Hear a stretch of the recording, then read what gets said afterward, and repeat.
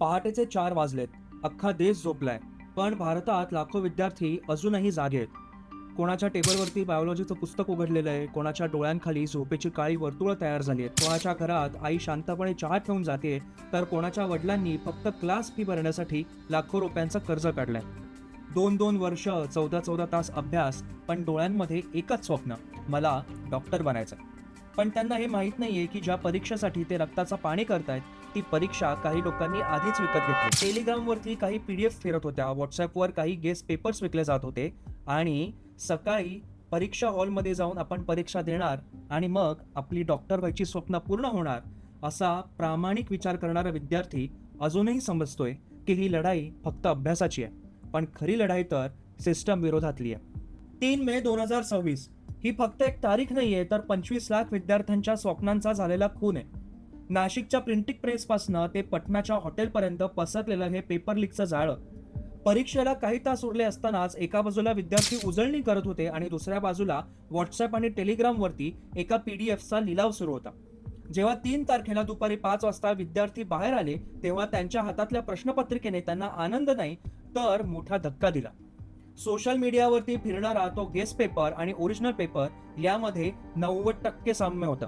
म्हणजेच ज्याने पैसे दिले त्याचा 600+ स्कोर आधीच फिक्स होता. तुम्हाला वाटत असेल की हे काम एखादा छोटा गुन्हेगार करतोय. नाही, हा एक $multi-million उद्योग आहे, ज्याला आपण एक्झाम स्कॅम इकोसिस्टम म्हणतो. तपासाची सुई आता नाशिकच्या एका हाय सिक्युरिटी प्रिंटिंग प्रेसकडे वळली आहे. CBIच्या तपासात समोर आलंय की तिथला एक कंत्राटी कर्मचारी या साखळीचा मुख्य दुवा आहे. या रॅकेटमध्ये सॉल्व्हर गँग असते, जिथे टॉप मेडिकल कॉलेजेसचे विद्यार्थी काही मिनिटात पेपर सोडवतात.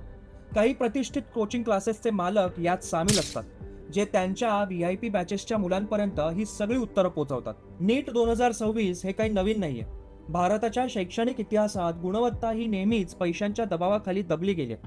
2013चा व्यापम घोटाळा असो, 2017चा SSC CGL लीक असो किंवा 2024चा नीट गोंधळ, जेव्हा पेपर लीक हा गुन्हा नसून एक बिझनेस बनतो, तेव्हा समजून जा की यंत्रणा आतून पोखरली गेली. रेल्वेपासनं पोलीस भरतीपर्यंत गरिबाच्या पोराचा फॉर्म भरण्याचा पैसा हा माफियांच्या तिजोरीत जातो. आपण सगळ्यांनीच कोटा फॅक्टरी नावाची वेब सिरीज बघितली. कोटामध्ये दरवर्षी काही मुलं जीव देतात. आपण त्याला सुसाईड म्हणतो, पण खरं तर तो एक सिस्टमॅटिक मर्डर आहे. पालकांचा विचार करा. ज्या वडिलांनी मुलाच्या फी साठी कर्ज काढलंय, त्याचं व्याज हे चक्रवाढ पद्धतीने वाढत असतं, पण मुलाचा रिझल्ट मात्र या भ्रष्टाचारामुळे 0 होतो. सरकार म्हणतं की आम्ही पुन्हा परीक्षा घेऊ, पण त्या विद्यार्थ्याच्या आयुष्यातलं ते 1 वर्ष तुम्ही हिरावून घेतलंय, ते कसं परत करणार? 2017 मध्ये भारत सरकारने एक मोठा निर्णय घेतला. देशभरातील एंट्रन्स एक्झाम मध्ये होणारा गोंधळ, पेपर लीक, वेगवेगळ्या एजन्सीजच्या वेगवेगळ्या पद्धती, राज्यनिहाय फरक, या सगळ्यामुळे विद्यार्थ्यांवरती प्रचंड ताण येत होता.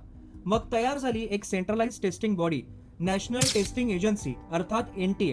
ही संस्था स्थापन करण्यात आली भारताच्या शिक्षण मंत्रालयाअंतर्गत. उद्देश एकच होता, ट्रान्सपरंट, एफिशियंट आणि इंटरनॅशनल स्टँडर्ड्सच्या परीक्षा घेणं. पण खरंच तसं झालं का? कारण NTA साठी करोडो रुपयांची तरतूद करून सुद्धा NTAला पेपर लीक मात्र काही थांबवता आलेला नाहीये. आज भारतातल्या सगळ्या मोठ्या परीक्षा या NTAच कंडक्ट करतं. नीट असू दे, JEE मेन असू दे, CUET असू दे, UGC नेट असू दे, CMAT असू दे किंवा अनेक आंतरराष्ट्रीय दर्जाच्या परीक्षा असू दे. दरवर्षी जवळपास 1.5 ते 2 करोड विद्यार्थी हे NTAचा भाग होतात. म्हणजे NTA कडनं कंडक्ट करणाऱ्या एक्झाम देण्यासाठी 1.5 ते 2 करोड विद्यार्थी हे NTAच्या सिस्टममध्ये प्रत्यक्ष किंवा अप्रत्यक्षपणे जोडले जातात. म्हणजे एका संस्थेच्या सर्व्हरवरती भारताच्या तरुणाईचं भविष्य अपलोड होतं. सुरुवातीला NTAला गेम चेंजर म्हणण्यात आलं, कारण त्यावेळी दावा करण्यात आला होता की कम्प्युटर बेस्ड एक्झाम्स वाढतील, मानवी चुका कमी होतील, रिझल्ट्स लवकर लागतील, भ्रष्टाचाराचं प्रमाण कमी होईल आणि विद्यार्थ्यांना मल्टिपल अटेम्प्ट्स मिळतील, विशेषतः JEE मेन मध्ये.